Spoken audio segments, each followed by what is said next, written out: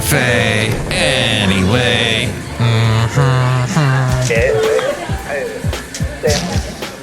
Mike's Daily Podcast. Welcome to Mike's Daily Podcast here at Café Anyway, somewhere in PodCastro Valley, the last place on earth. It's episode 2000. Mike's Daily Podcast. 708, 2708. Mike Matthews ain't that great.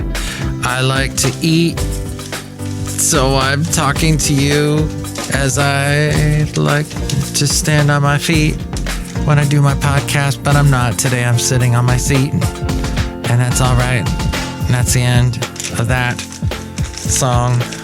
It's the show. Mike's Daily Podcast. And that's the name of it. And I think that's pretty much it. Yep.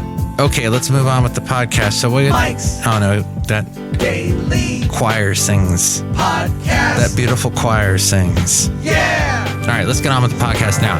Hey, I'm really getting sick of this thing that's been going on for a while, but you really notice it in the Bay Area, and that is people sitting in their cars with their I don't like it. It's bizarre. I know there's like a place in Sacramento where you can actually live in your car, and there are showers you can use, and you just live in your car. No. What do you do? No. But Mike, some people don't have it so good. You got to show a little empathy. But yes, I do. But if you're living in a car, you need to somehow make some kind of stride to get out of that situation. Anything, it's not good. Wow. Sitting in your car. Wasn't there a movie called Sitting in Cars with Boys with the Drew Barrymore? I think so. But Café Anyway. What is annoying is at night when these people are sitting in their cars and they'll just park right out in front of wherever you live. Let's say they park in front of my house and sit there with their headlights on, and you're trying to go. And here's today's podcast picture. Hey, turn down whatever it is you're listening to. The podcast picture is not of that, though. It's of, what do I have? It's going to be good. Oh, yes, from this past weekend when I was in Richmond and we were checking out Rosie the River and stuff. I'll pick a picture from that. See it at MikesDailyPodcast.com. In fact, I once walked with the late, great Basil the Boxer around there. We did. Gosh, we went from Point Isabel all the way to Rosie the Riveter. That was a long walk that day. He did really well. And I guess I did too, because I kept up with him. But here's the thing. You're walking along on the sidewalk and somebody's got their headlights shining in your eyes and they're just parked there on the side of the road. I don't get why. I guess when I was younger, I commuted from Oxnard up to Santa Barbara to UCSB 3 times a week. And I remember spending a lot of time in my car because where else was I going to go? But I got tired of that pretty quick. This show is clean. A lot of people spending too much time in their cars in California. Pretty much. From what I have seen. And that's why I shared it with you today. So we had recently, last weekend, the Meet on the Street thing. And we don't call it that anymore. It is the Castro Valley Parade of Lights, not to be confused with the... Hi there. Oh. It's currently 7:30 p.m. Shh, don't say that. Don't give away the time I'm doing this. Wait, what? How could it be 7? Anyway, Café Anyway. Disneyland has the Parade of Lights.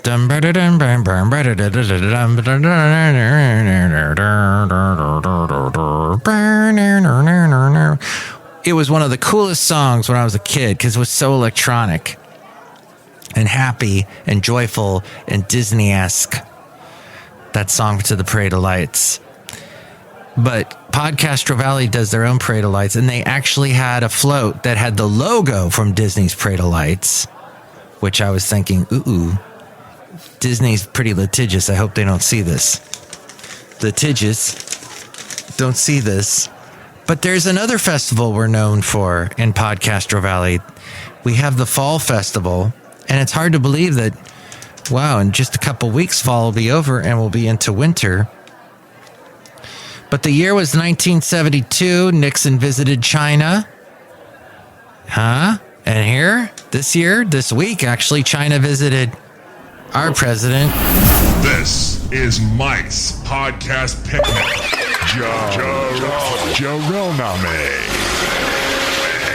It was also the first year a band of dedicated Castro Valley business owners joined together as the Chamber of Commerce to host their first ever fall festival. It was first held at the Castro Village Shopping Center. I guess we don't really have a downtown. We have that shopping center is what we have, which is cute, funky buildings. There's a similar looking place I noticed in Lafayette, here in the Bay Area, and then further up north in Santa Rosa.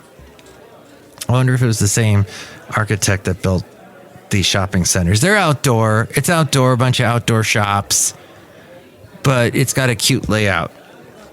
Not strip mall-y. It doesn't have that strip mall feel. You know, there's a real scary holiday coming up. So it was a showcase for Castro Valley businesses and artisans while showing off Castro Valley as the heart of good living. Hayward known as the heart of the Bay. The event offered attendees a wine tasting. This is in 72, a fashion show, an art exhibit. Oh, by the way, this is a thing in the Bay Area. If you live on the peninsula and someone mentions Castro Valley, you have to make the dumbest joke in the world, and that is, does Fidel Castro live there? No, Fidel Castro is dead. He doesn't live there. He lived in Cuba. And someone told me the other day he played baseball and started his own league in Cuba. That's why Cuba's big on baseball. I don't know. I do know they have old cars there because they can't import any cars. So everybody just keeps working on their cars to keep them going, which is proof that shows you that we send all these cars to the dump every year as we go outside of Café Anyway, where we bring you Mike's Daily Podcast somewhere in PodCastro Valley. Anyway. Where there's no such thing as Fidel PodCastro.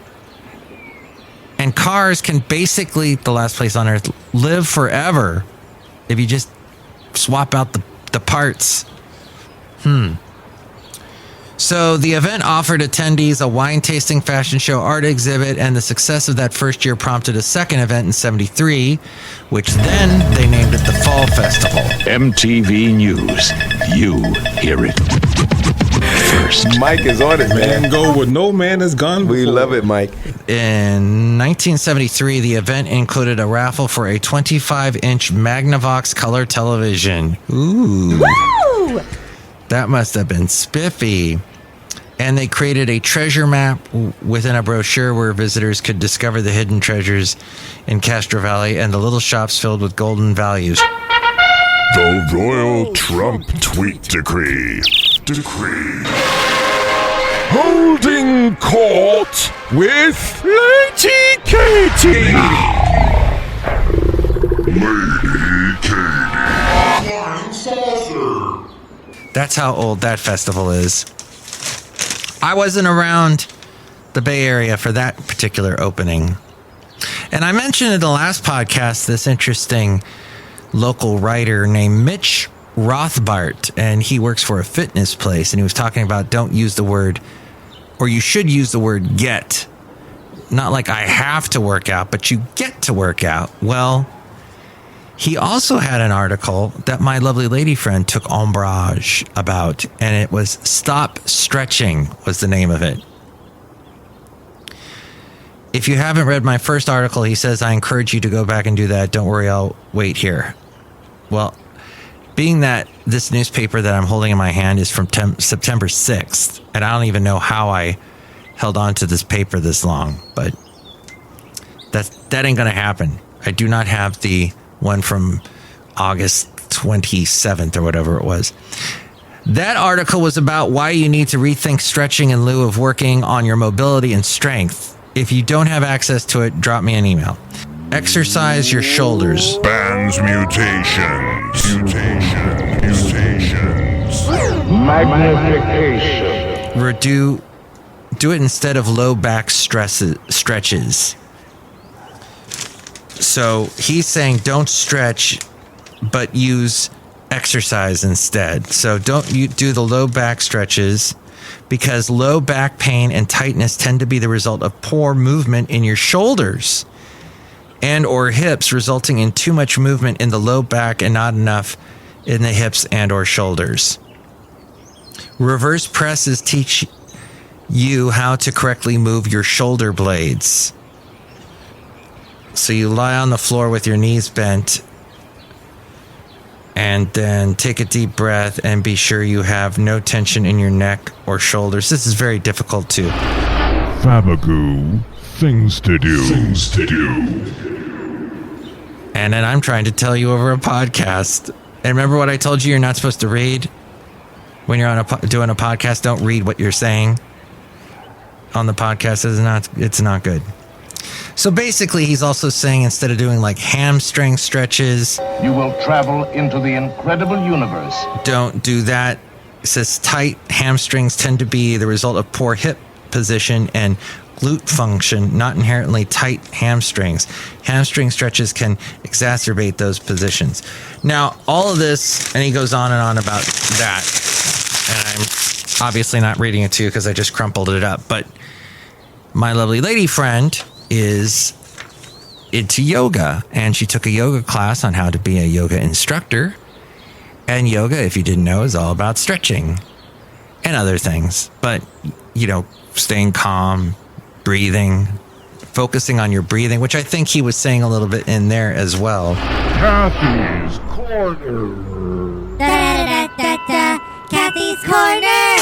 Oh, somebody that I saw, speaking of PodCastro Valley, because that's, I guess, what we've been doing a lot of in this show today.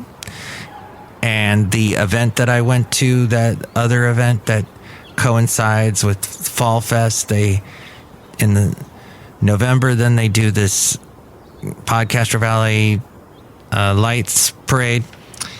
In the parade was our new California State Assembly member, Liz Ortega.